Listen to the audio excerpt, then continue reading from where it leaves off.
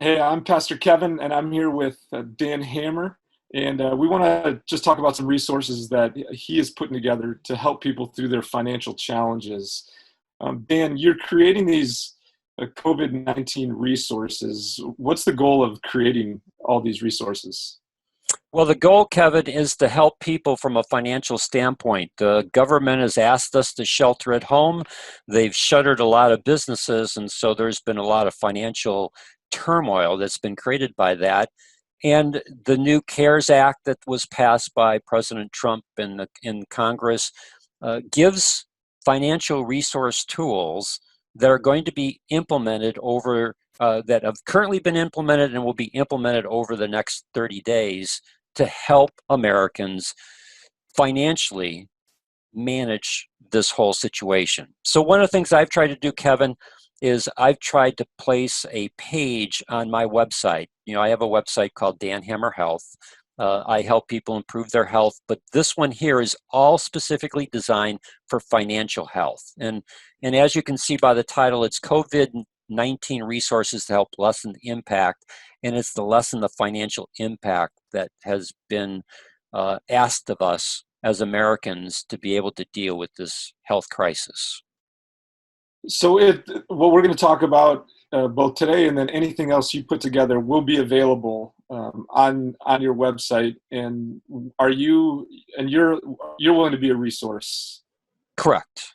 Yeah, I'll provide the link to this page so that people in the description for this video, they can link to this page. I know that you're planning to do some things on the church's website to be able to help people link to it. We're planning to do some things from a social media standpoint to link to this page so that people can get access to accurate information on programs that have been put in place to help Americans deal with the financial trouble that's been caused by this health crisis. Well, this is super helpful. Dan, can you give me an example about the help that's available? Okay, so it's a great question, Kevin, because I'm going to give you a bunch of examples, but I'm also going to show you, I might as well show you on this page that's been created. So as you scroll down this page, there's been a bunch of small business resources, and I'm going to come back to this because that's the one that I want to initially focus on. But in addition to small business resources that have been created by the federal government, there's going to be direct monetary payments that are going to start showing up in the next 2 to 3 weeks in people's bank accounts. There's protection for renters and homeowners that have been put in place by your states as well as the federal government. There's help for unemployed individuals and freelancers and gig workers. There's benefits for student loan borrowers. There's something that's called an employee retention tax credit. And then there's a delay in payments of employer payroll taxes. So as you can see, there's like 10 different programs that are out there. And then there might be some things on a state level that are also in place. It can get overwhelming. And one of the things that we want to do, Kevin, is we want to have people to have one location where they can go. They can then scroll down the page. They can find what applies to them.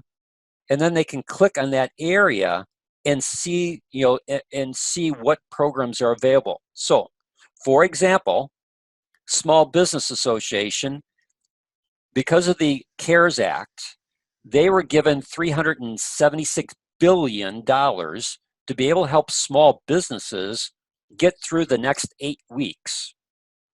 And they have 4 programs that are now available to the small businesses, but it's not just small businesses. They've expanded this to self-employed people. They've expanded it to churches. They've expanded it to charity groups, faith-based organizations. So it goes beyond just small businesses, and it's really important that people begin to access the information on the program that can best work with them. So I'll give you an example.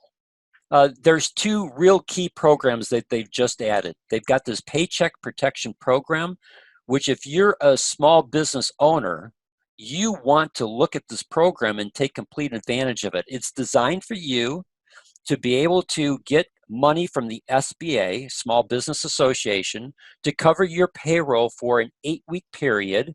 My understanding is utilities are part of that, as well as rent is part of that. So that helps you with your major operating costs, as long as you keep your employees employed. And if you do during that 8-week period, then the government pays the loan for you.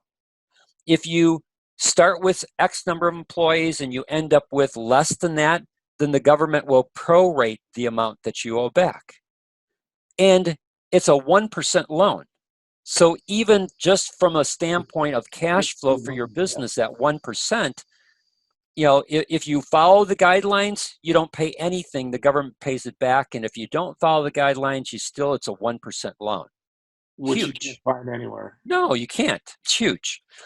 Or I have a friend who is part of a swim team, and they pay their coaches. It's a nonprofit organization. That's how they've set themselves up.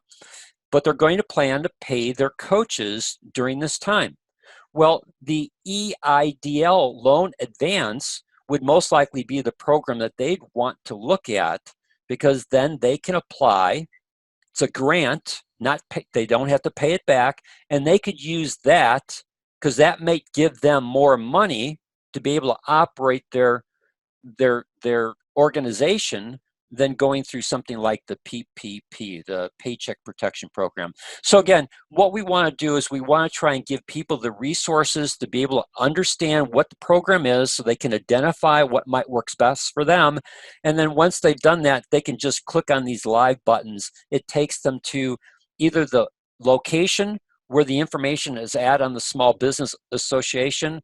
If they need to find a lender, because typically you're going to work through your bank, but some of the banks are not yet operational for this program. So maybe you'll contact the SBA and find your local SBA outlet in your area, contact them for help so that, again, you can get help through your bank or the SBA to get these programs initiated so that you can then get qualified for the funding to come into your checking account to be able to operate properly. So these are links that take you directly to the information. And again, we just want to make it as easy and as simple as possible for people to come onto this page, identify their need, find the program that works best for them, click on the link, takes them to the right information, just again helps to streamline the whole process. What do you think people's next step is? 2. So 1, go on the page and identify where you best fit in, and then take action, implement. The government is doing this because they want to lessen the financial impact of what the government has asked us to do, stay at home. Secondly, share the information. Now, you might be a person who's watching this video and you say to yourself, well, I don't own a business, so it doesn't apply to me.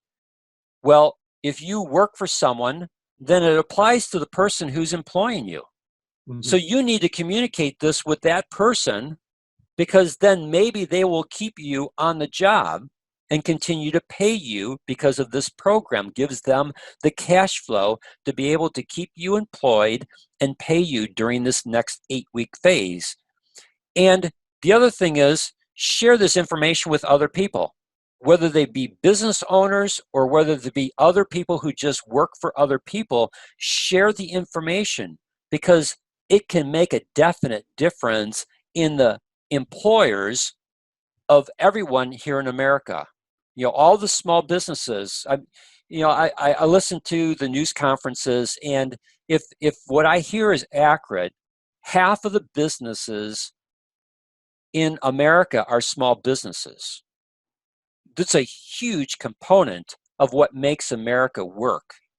And so we just want people to, 1, take action to take advantage of these programs by applying, and then share the information with other people so that they can then also take action, apply the programs that apply to them, and share it with other people.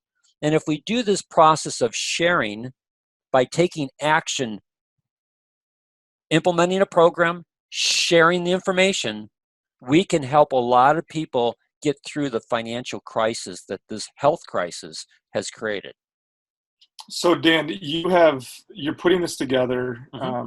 Today is April 6th. Correct. And so you're going to continue to, update, create videos, because tell me a little bit about what you've seen so far with the programs that have already been put out there. Are they changing, evolving? Is more going to be unrolled? What do you anticipate Okay. as this goes forward? Good question. So yes, as you can see, this page is not completely built out because I wanted to first focus on the small businesses because that program is operational as of last Friday. They had 28,000 people apply. I think they pushed out over $3 billion through the applications that have come in. And one of the concerns is that they may run out of the money. They committed $376 billion to this program. They're now concerned that they may run out of money, but the Trump administration has already indicated that if this program runs out of money, they will go back to Congress and they will then request additional funds to make sure that this program stays in place. It's that critically important to the financial health and business health of America. And then I'll be working this week on putting together some of these other things like the direct monetary payments. I'm going to work on that next because that is already in place, but it hasn't yet been implemented. And that implementation process, again, if I listen to what's been shared in the news conferences, the checks should start going out in about 2 weeks. And so you've got a 2-week window for helping people understand that, if they didn't file taxes, they may want to file taxes so that they can make sure that the federal government, the IRS, because it's going to be deployed through the IRS, knows where their bank account is and can deposit that money into their bank account. So if you've already, applied, did taxes last year, then the IRS already has that information. Again, for like myself, I'm retired. I get Social Security money. My understanding is retirees like myself who are already getting Social Security money, we're still going to get $1,200 checks as long as, from a financial standpoint of how they adjust things. Well, every month the Social Security Administration deposits money into my checking account. That's where my 1,200 is going to show up.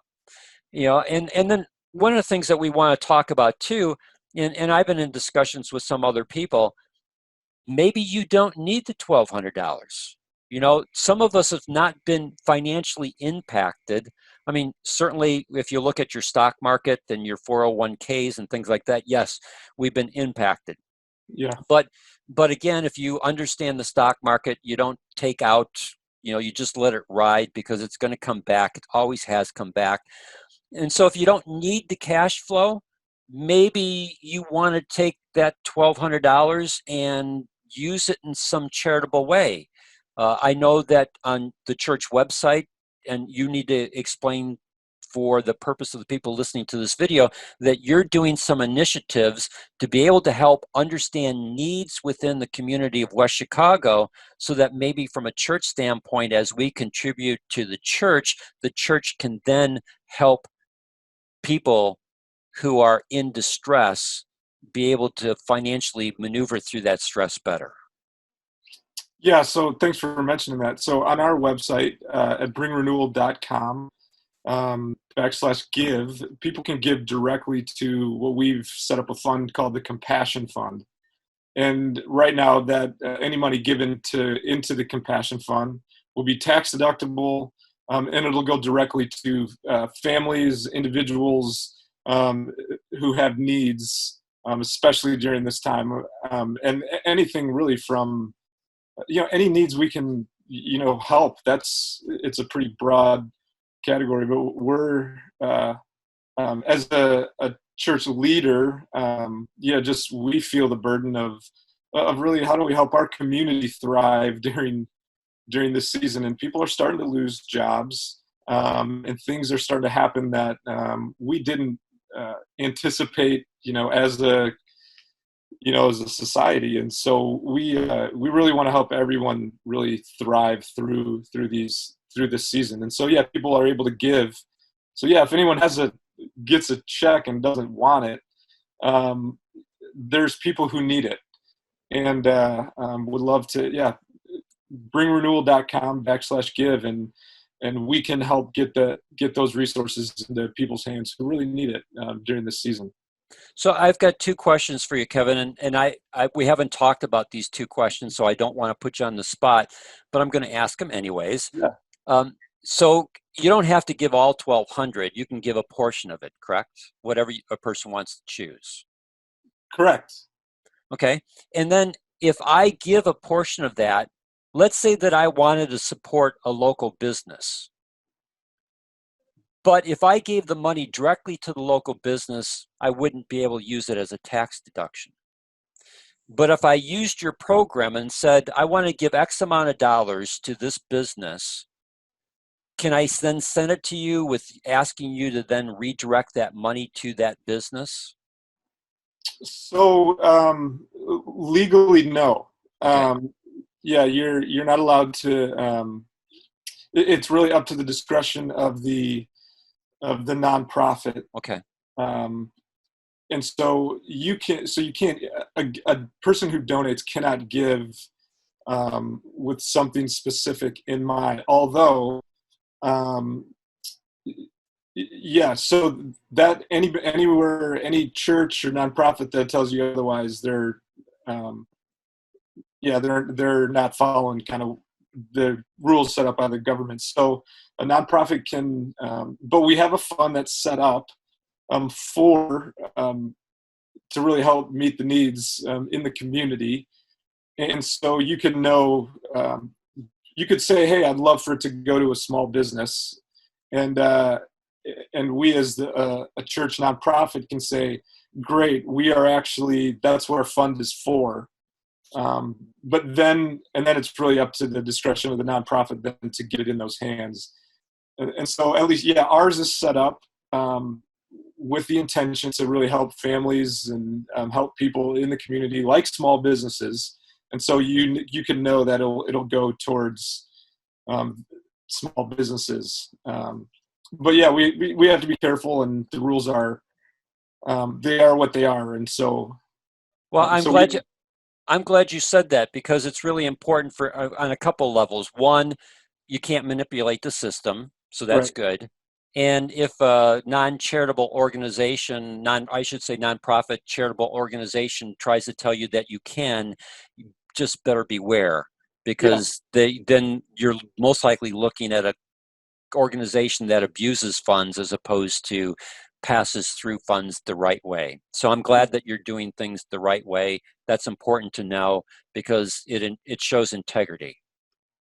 So yeah, and we do hope, we want to be transparent with how we use these resources and where they go. So with some of the individuals and some of the people, we can't give names or specifically, but we can, tell stories, and it's up to those individuals. But I think as this goes on, as we get towards businesses and helping that way, we'll be really public with and transparent with where these resources go. Sure. Okay, good. Thank you. So Dan, is there anything else that you want to just share with us as you really get started in terms of helping all of us, figure out what to do? Not really. We've given more information than what we had planned to. So this has gone longer than what we had planned on. So I would say for now, let's just tell people that they need to do two things. You need to take action by going to this page, especially if you are a small business owner, and implement one of these programs that's available to you. If you're not a small business owner, but you work for someone who is, you need to share this information with the person who owns the business that you work for, so that you can help them navigate the financial hardship that they're going through. And then share this information with other people, because together we can, pay it forward. I remember the movie Pay It Forward. Let's pay this forward to help other people be able to get through the financial challenges that are going on as we all go through the health challenges that are out there. Great, Dan. Tell us, remind us your website and how to get in touch with you and with this information that you're putting together. Okay, so on the description for this video, there'll be a direct link, but as you can see, it's danhammerhealth.com. There's no spacing between the words, /COVID19. And that will take them to the page. And that URL is not going to change. That's what we've got for this resource page. And we'll just continue to build out this page. And as people come onto it, they can scroll down, find the area that best applies to them, read, click on direct links, take action. Great, thanks, Dan. I really appreciate it. You're welcome, Kevin. It'll help a lot of people. Thanks for your time. Appreciate it.